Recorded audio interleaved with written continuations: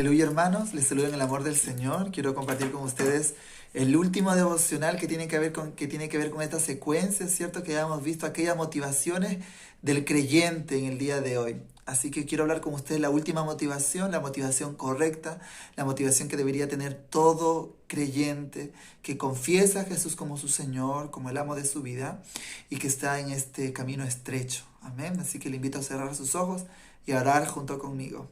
Padre nuestro, te damos gracias una vez más por la oportunidad que tú nos das de poder estudiar tu palabra, de poder leerla, de poder escudriñarla y de poder saber, Señor, qué es lo que me motiva a mí y a mis hermanos a seguir estando contigo y y hacer esta comunidad, esta iglesia. Bendícenos una vez más, te lo ruego. Habla en nuestras vidas, en el nombre de Jesús. Amén.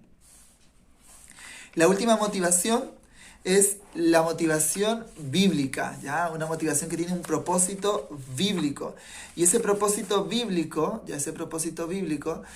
como lo dice bíblico, tiene que ver con la escritura, ¿cierto? Con la revelación de Dios. Nuestra doctrina número 1 dice que la escritura del Antiguo Testamento y del Nuevo Testamento fueron dadas por inspiración de Dios y que solo ellas constituyen la regla divina de fe y práctica cristiana. Esta doctrina excluye cualquier práctica, cualquier motivación, cualquier cosa que pueda estar en nosotros que no esté dentro de la Escritura. Entonces, ¿cuál es lo que debe motivar a un cristiano en este camino? Es un propósito bíblico, una motivación bíblica. Y la vamos a descubrir en la Escritura. Ya la tradición, las personas, las finanzas, las estructuras, los inconversos son motivaciones incorrectas. Pero la correcta motivación es una motivación bíblica, una motivación que tiene un propósito bíblico.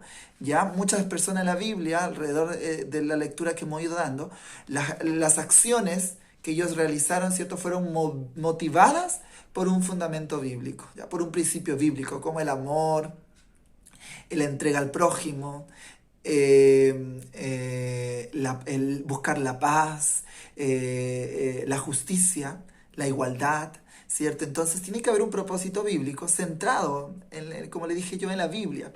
El ejército de salvación tiene como misión primordial, ¿cierto? Predicar la palabra de Dios, ¿ya? Predicar la palabra de Dios. Y eso nos tiene que motivar a cada uno de nosotros, a predicar la palabra de Dios y a accionar de acuerdo a sus principios bíblicos, supliendo las necesidades humanas sin ningún tipo de discriminación. Entonces, nosotros los creyentes tenemos que ser movidos por un propósito y por un propósito bíblico, ¿ya?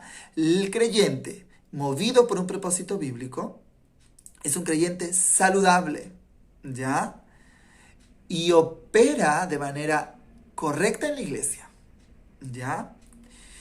Existen dos elementos fundamentales en este paradigma de un propósito bíblico. En primer lugar, se requiere de una nueva perspectiva, una nueva manera de ver el reino de Dios. Porque a veces nosotros tenemos una perspectiva muy humana de ver el reino de Dios, ¿ya? Nos movemos con principios humanos, pero necesitamos, para movernos, para ser motivados por este propósito bíblico, debemos cambiar nuestra perspectiva y empezar a accionar con principios, ¿cierto? Con propósitos, con motivaciones del reino de Dios, ¿ya? Porque ese reino, en la oración que hace Jesús, que nos enseña, en la oración modelo dice, que venga tu reino.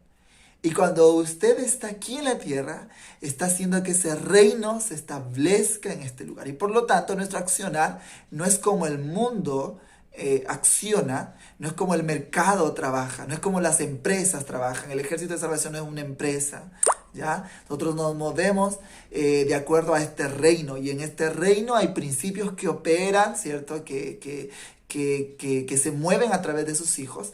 Y así que eso es lo que debemos buscar, cambiar nuestra perspectiva. Nosotros vivimos en el mundo, pero somos del reino de Dios.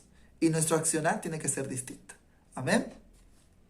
Y también que hay propósitos en el Nuevo Testamento que nos van a enseñar a direccionar esta motivación, ¿ya? Y yo quiero compartir con ustedes estos propósitos, ¿ya? Es muy interesante saber de que como creyente, la Biblia nos anima, ¿cierto?, a poder tener un propósito claro. Pablo decía que no golpea como al aire. Pablo tenía un objetivo claro, ¿cierto? Pablo estaba enfocado en la predicación a los gentiles, como Pedro estaba enfocado en la predicación de los judíos. Y así también el ejército de salvación, en cada creyente que pertenece a este movimiento internacional, tiene que tener claro su propósito. Pero más aún, como creyente, como hijo de Dios, ¿cuál es mi propósito? ¿Ya? ¿Cuál es mi propósito? ¿Qué es lo que me debe mover a mí en este camino? Y yo les quiero hablar de 5 propósitos bíblicos. ¿Ya? Sí, 5. El primero es el propósito de alcance. ¿Ya? Y la tarea en este propósito es evangelizar. El propósito de la iglesia es evangelizar. El propósito tuyo como creyente, como yo como creyente, el verdadero propósito mío es evangelizar.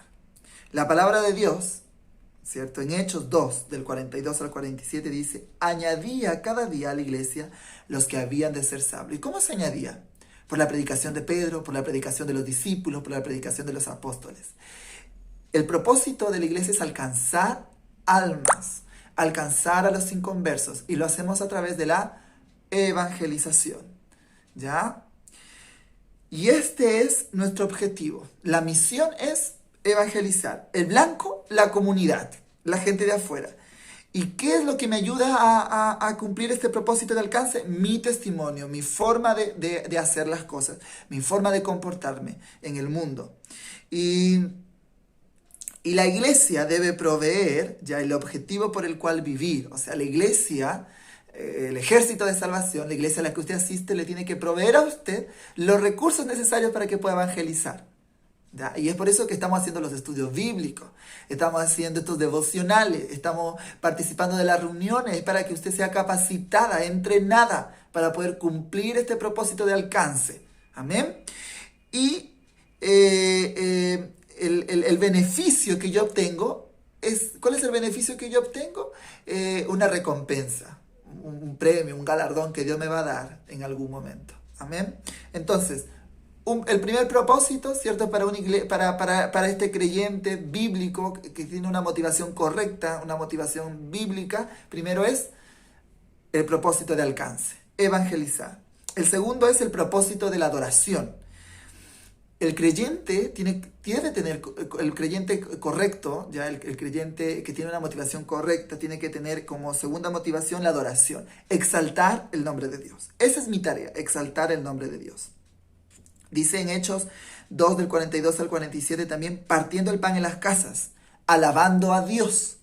El propósito del creyente también es adorar y exaltar el nombre de Dios. ¿Ya? Ese es mi propósito, ¿ya? Como creyente. Tercer propósito, compañerismo. ¿Ya? Y mi tarea es alentar a los demás. Mi tarea es alentar al hermano que está sufriendo, que tiene algún problema, que tiene una dificultad. No solamente la tarea del pastor, ¿ya? O los de los oficiales locales. Es la tarea de todos nosotros. Ese es mi propósito, compañerismo. Mi tarea es alentar. Y dice: y perseveraban en la comunión unos con otros. Todos los que habían creído estaban juntos, partiendo el pan en las casas. Juntos. Cuarto propósito, discipulado. Y mi tarea es edificar. Y perseveraban en la doctrina de los apóstoles. Mi objetivo es lograr la madurez, mi madurez y la madurez de las demás personas. Amén.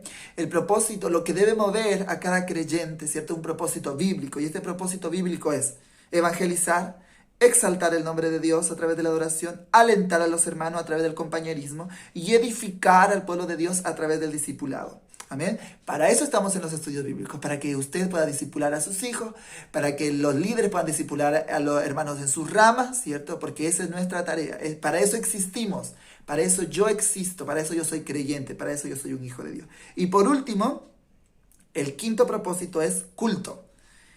Y el culto tiene que ver con la tarea de equipar a gente, ¿ya? Para que también pueda formarse como líderes, amén, y poder desempeñar algunas tareas en la iglesia. Hechos 2 del 42 al 47 dice, lo repartía a todos según la necesidad de cada uno. Y nuestro objetivo a través del culto, a través de nuestra tarea de equipar, es ministrar a las personas, amén, dar a cada uno según lo que corresponde, capacitar para algunas tareas necesarias en la iglesia. Entonces, hermanos, ¿cuál es el propósito bíblico? ¿Cuál es el propósito que a un creyente lo debería mover en estos tiempos? Primero, evangelizar. Segundo, exaltar el nombre de Dios. Tercero, alentar a los hermanos. Cuarto, edificar a los hermanos a través del discipulado. Y cinco, equipar a los hermanos en el culto. Amén. Así que yo le animo a cada uno de ustedes a poder reflexionar si estos propósitos, estos 5 propósitos que los encontramos en el Nuevo Testamento, han estado alentando mi vida, motivando, guiándome, controlando mi vida. Amén. Y si no ha estado ese deseo de querer adorar, de querer alcanzar a otros a través de la evangelización, alentar a otros, edificar, equipar, buscar estar en los estudios bíblicos, aprender más de Dios, porque es necesario, amén. Así que yo le animo a usted, yo también me aliento yo, ¿cierto?, para poder continuar con esta noble y privilegiada tarea que Dios nos da a todos nosotros, los que estamos hoy aquí reunidos, amén. Así que le animo a pensar en estos 5 propósitos que Dios quiere que cada creyente pueda tener, amén. Cada creyente que confiese que Jesús es su Señor debería evangelizar, exaltar, alentar, edificar y equipar.